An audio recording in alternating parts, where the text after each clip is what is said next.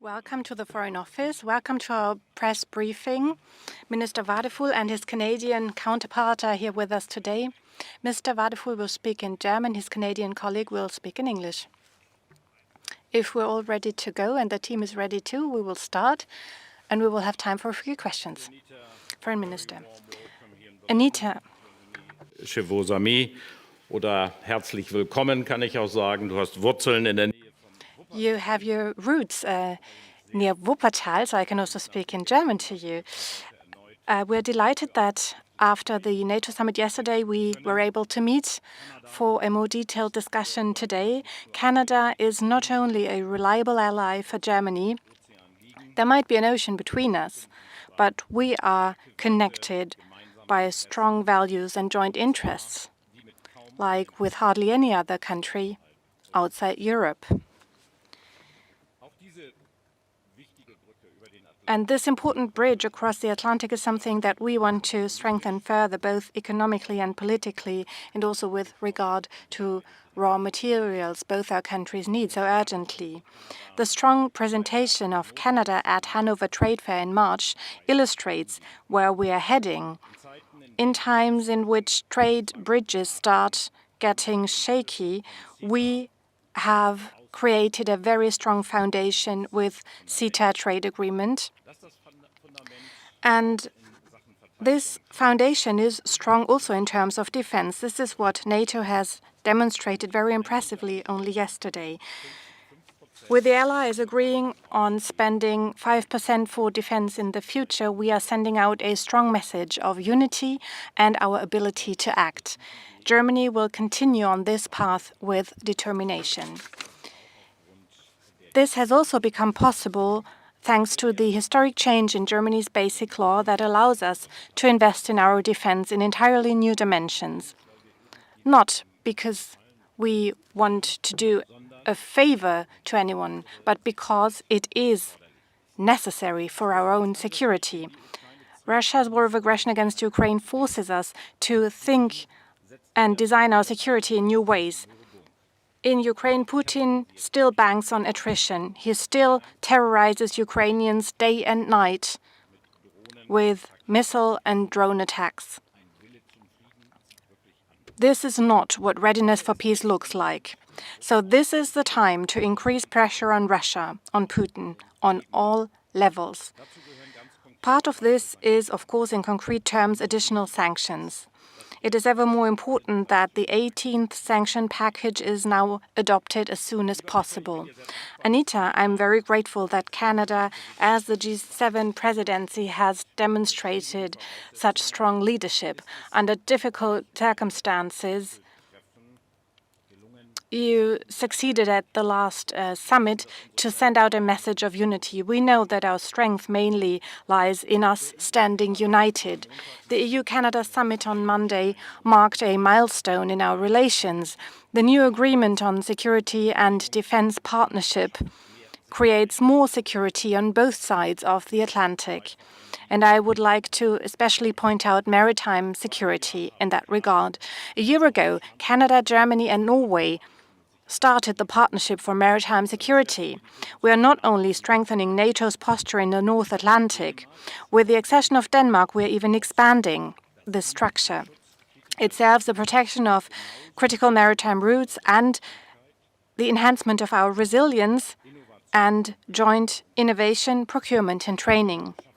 Also, when it comes to the procurement of new submarines, we would like to collaborate even more strongly with you in the future. Germany and Norway are developing and building cutting-edge submarines, and we would, of course, be delighted to see Canada joining this club as a partner. This is more than just a question of procurement. It is a joint strategic direction we're taking among close partners. It combines state-of-the-art capabilities with industrial cooperation and long-term maintenance prospects in Canada. Of course, we have also discussed the situation in the Middle East today. The fact that the ceasefire is being respected between Iran and Israel comes as a great relief, because a ceasefire then allows us to embark on the path of diplomacy.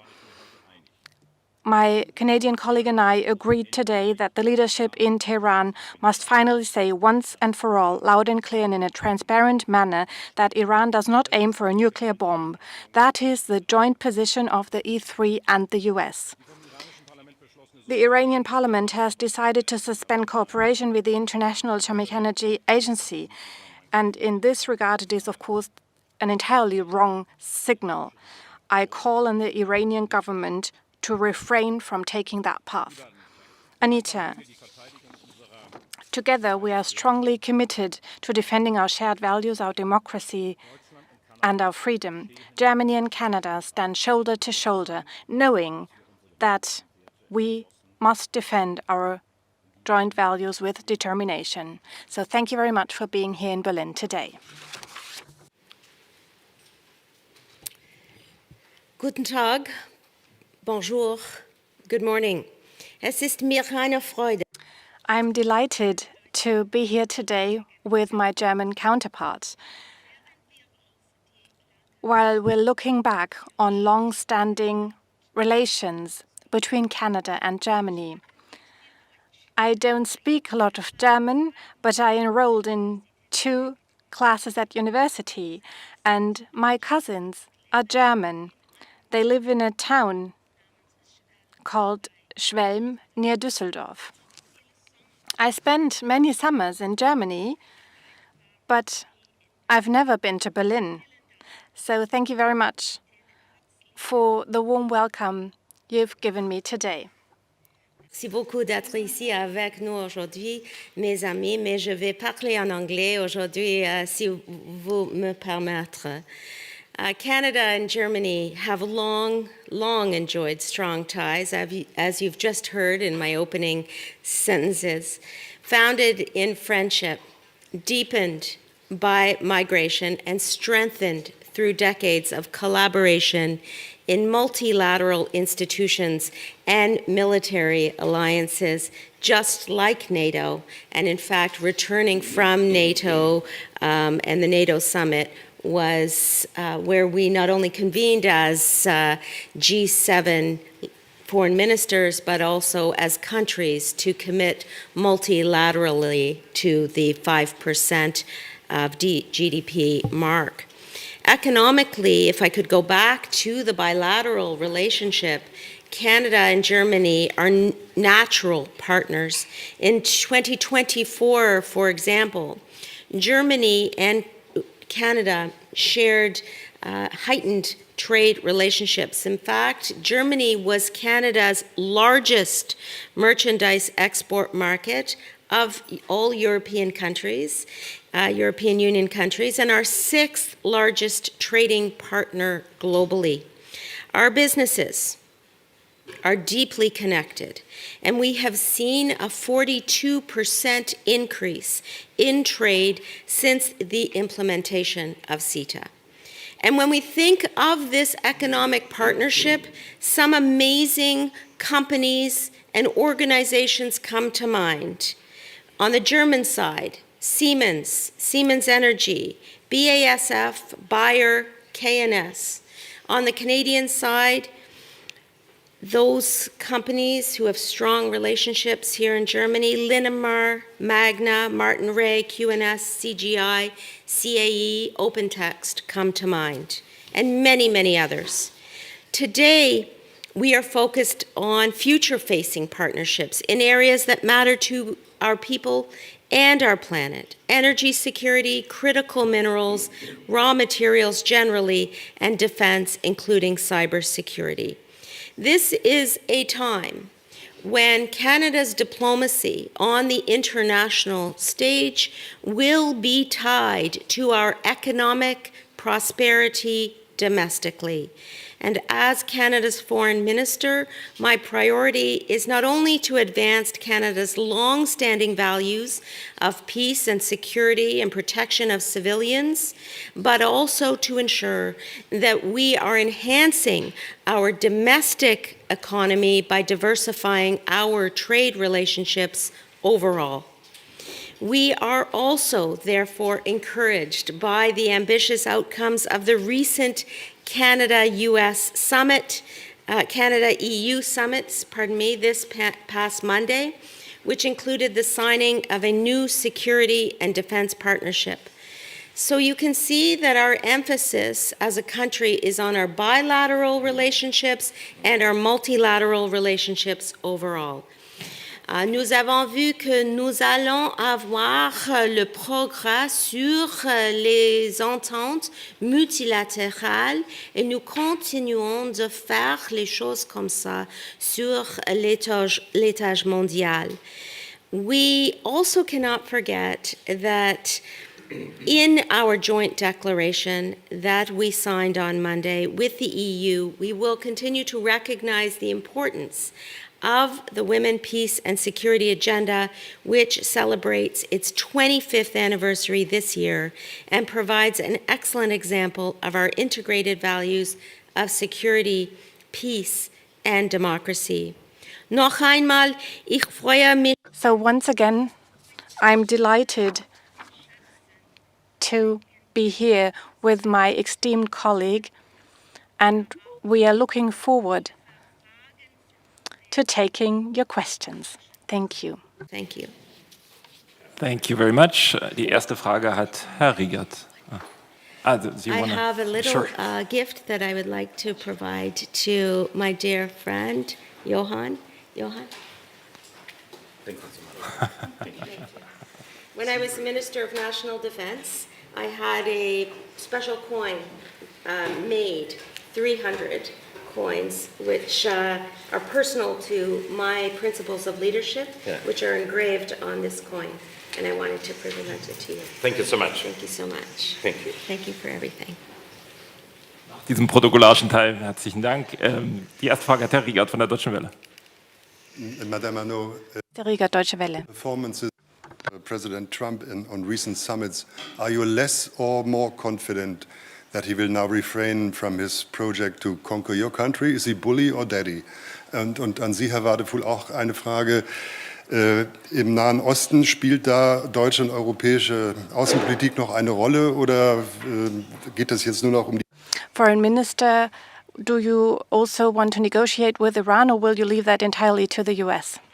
Start because the response from the Canadian side is that we will never be the 51st state. We will always stand for Canada's sovereignty, Canada's independence, Canada's territorial integrity, and indeed, our relationship with the United States stretches over hundreds of years, and that relationship, bound by geography across the 49th parallel, will continue as we travel the road ahead.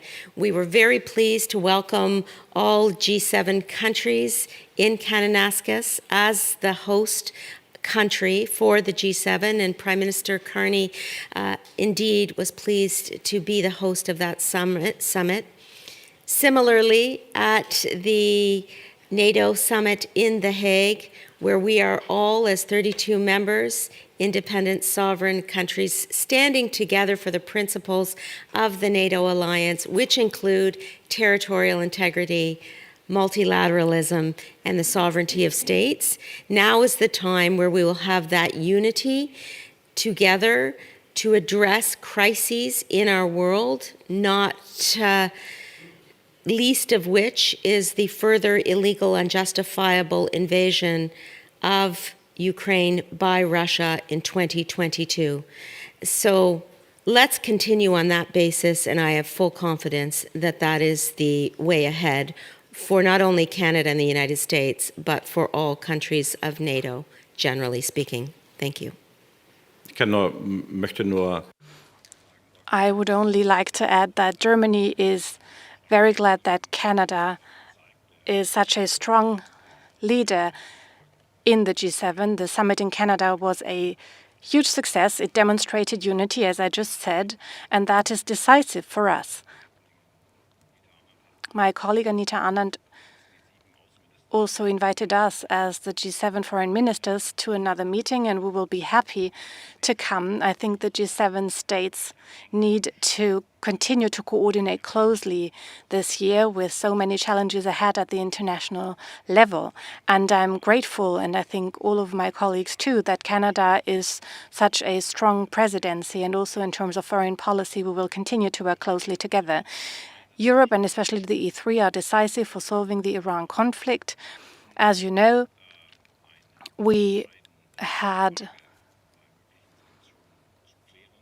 an important question to deal with when it comes to sanctions, that is the snapback mechanism. So we need to be part of any agreement for this critical issue. And of course, and by the way, both sides, as you said, have demonstrated their willingness to include us. Iran wishes to see a European component in this, and we are ready to provide that. What is missing is direct talks between Iran and the US. There are good signs that this will happen. All our diplomatic efforts are focused on making a written agreement possible, and that negotiations about this start as soon as possible, and that Europe, especially the E3 format, will play a central role in this. Welt TV. Mr. Wadephul, I had a question to you, and the Foreign Office states that the federal government wants to stop funding for civilian sea rescue at sea. Do you think it is reasonable that Germany withdraws from this moral obligation? Well, I think in the end, this is correct to do that. And I've always said that Germany is committed to humanitarian issues. We will continue to help people where they suffer. And that's absolutely clear. I don't think that it is a task of the Foreign Office to do this specific task in sea rescue. So we changed our policy in that regard. But my political approach is to use diplomatic means to make sure that such refugee routes can be reduced. And I would like to work on the root causes in Africa for these refugee movements. I think we need to act where the needs are most eminent, that is, for example, South Sudan. We, the Federal Ministry for International Cooperation and Development and the Foreign Office, I met the head of the Welthungerhilfe yesterday. They are also active in that regard, and unfortunately, due to the critical situation there, we need to step up our efforts there on the ground. For being here. One question. Mr. Wadephul mentioned the submarines and that he hopes that there will be a kind of cooperation contract with Canada. How hopeful are you that this is going to happen? Und eine Frage noch zum And one question to Mr. Wadephul: how confident are you that there will be a meeting between the US and Iran?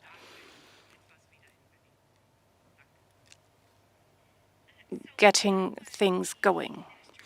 And the Minister of National Defense, and now I'm the Minister of Foreign Affairs. So I'm well placed to answer the question on procurements generally.